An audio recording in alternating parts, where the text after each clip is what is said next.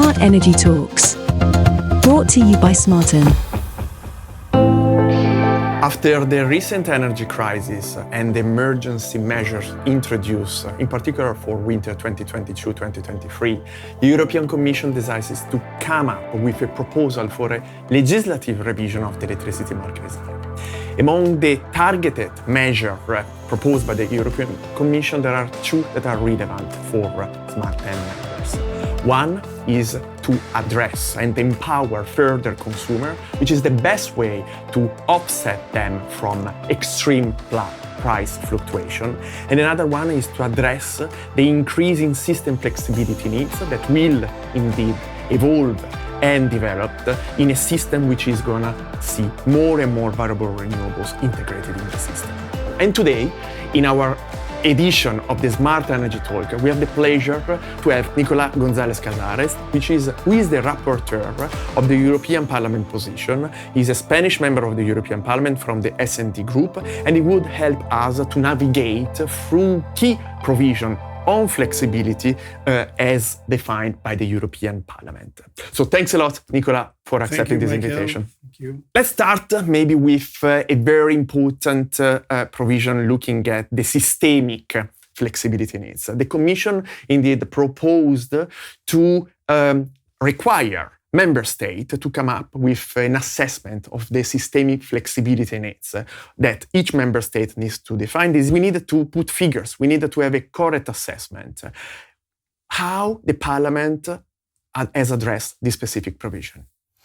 Okay, first let me say thank you. Thank you for this opportunity to discuss the important topic of the electricity market reform and the opportunities that it presents to empower consumers, for example, through the activation of the demand response and the flexibility. I think it's a very important topic. Regarding this specific quantification of the systemic needs that we are trying to make with these assessments, we need to ensure that the national assessment of flexibility needs are first comprehensive and take into account all the systemic needs, and also make in particular assess of the potential of non-fossil flexibility, such as demand-side response and the energy storage, of course.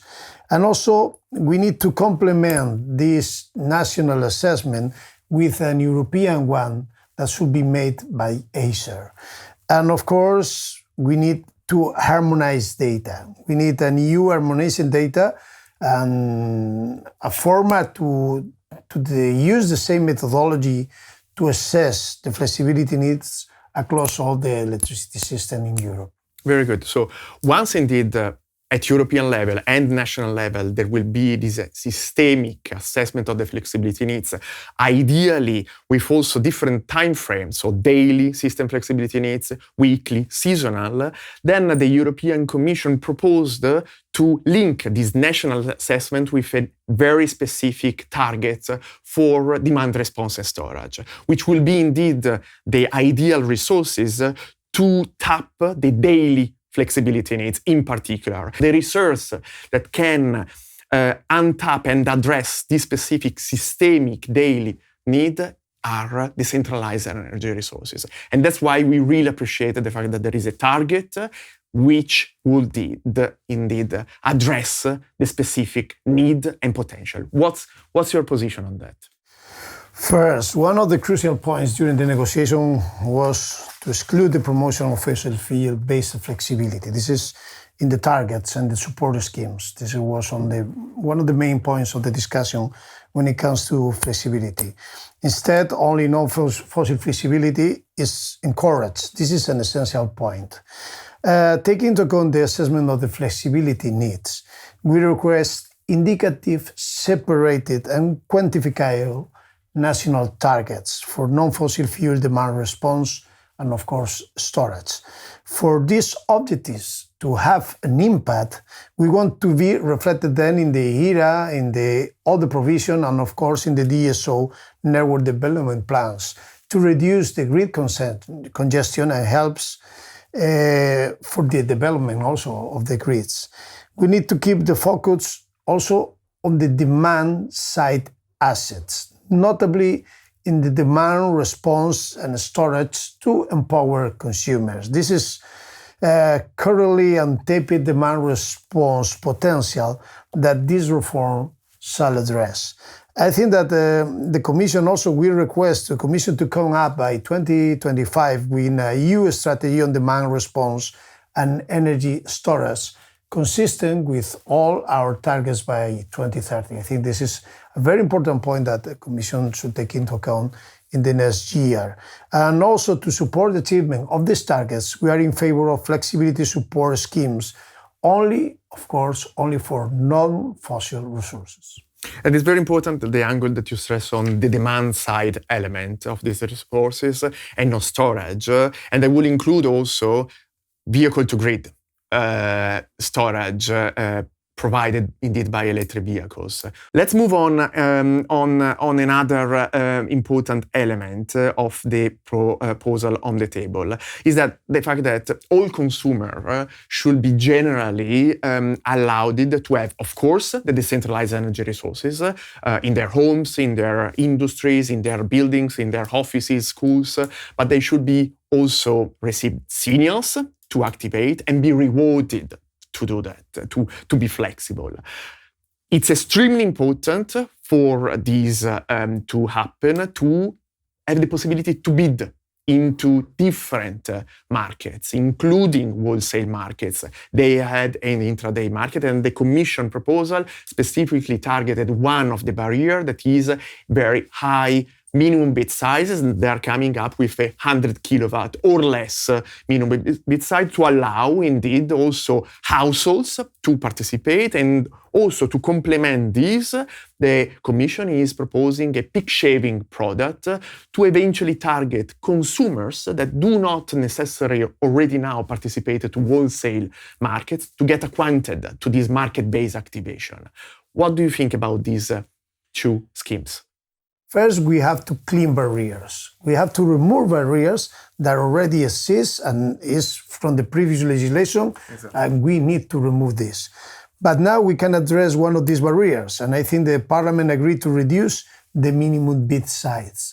And I think is regarding that the things that you mentioned is the right way to do it, allowing households and aggregators to bid. I think this is very important. And also, in our position, we request first an assessment, for example, for the peak saving products, how to put this in place, and we need a more clear assessment from the Commission. And also, not only give these products to TSOs, also empower DSOs to participate in this possibility.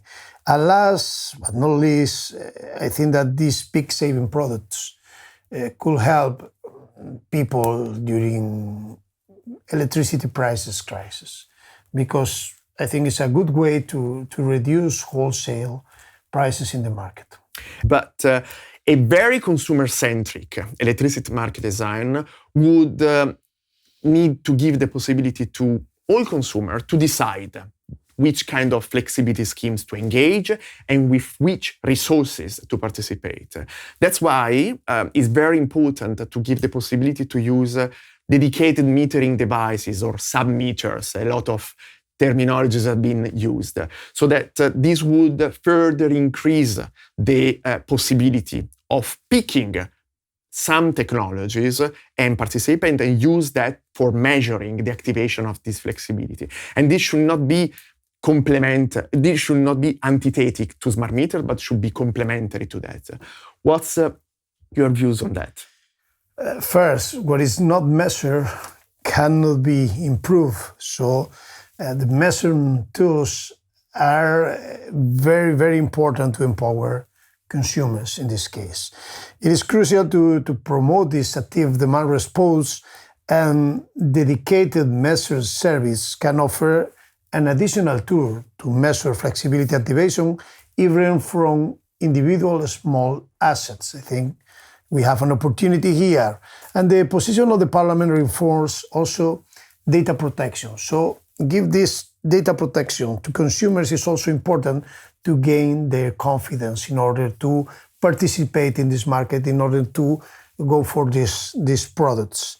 And I think that the agreement that we have in the Parliament also highlights the necessity of interoperability for these new dedicated devices, new dedicated measure devices. And that's why it's also important that another technical piece of legislation, the implementing act on interoperability for data access, would also assess this specific element from sub-meters and not only looking at smart meters, so that we have a comprehensive access and interoperability of this data. To conclude, I would like to put your focus on the new right on energy sharing, very close to your heart, that is coming from the European Commission proposal, and you have further elaborated to indeed make sure that these renewable energy that is shared among consumers is actually stored and consumed in a flexible way. How have you improved, and what's your opinion on that? First, for me, I welcome this energy saving proposal first. I want to mention that if we want the consumer in the center, I think energy saving is one of the main possibilities to do that.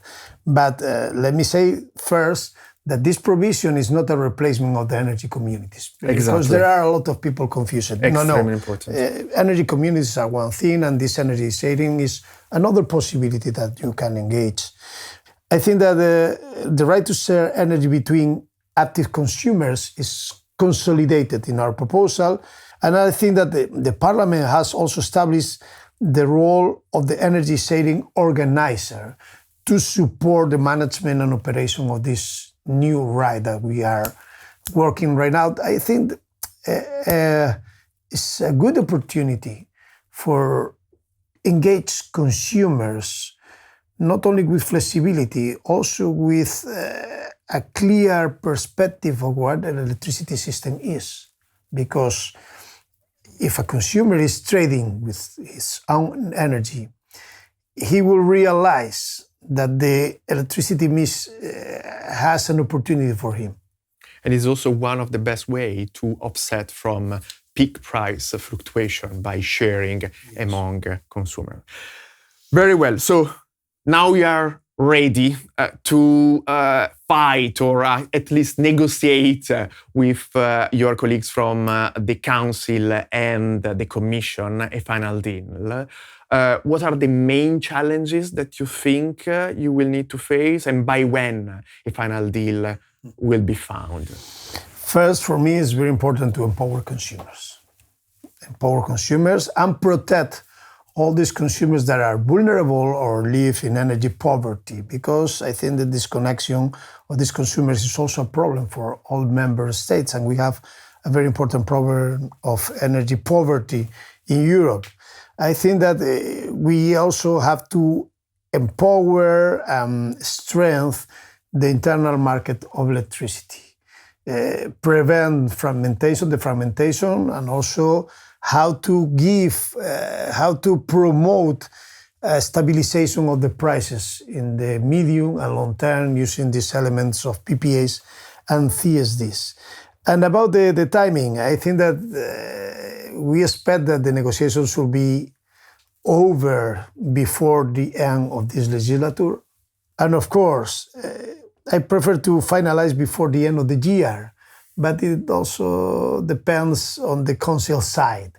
But from the side of the Parliament, you know that we are strong, we have a clear mandate in the negotiations, and I think that we will use all the power of this strong position of the Parliament in order to gain for people and for consumers. Thanks a lot, Nicola, for the work that you have done within the European Parliament to find a compromise also with the other shadows, and good luck for the next step in this negotiation. Thank you, Michael, and thank you, smartEn, for this possibility to explain all the proposal. Thanks a lot. Bye-bye.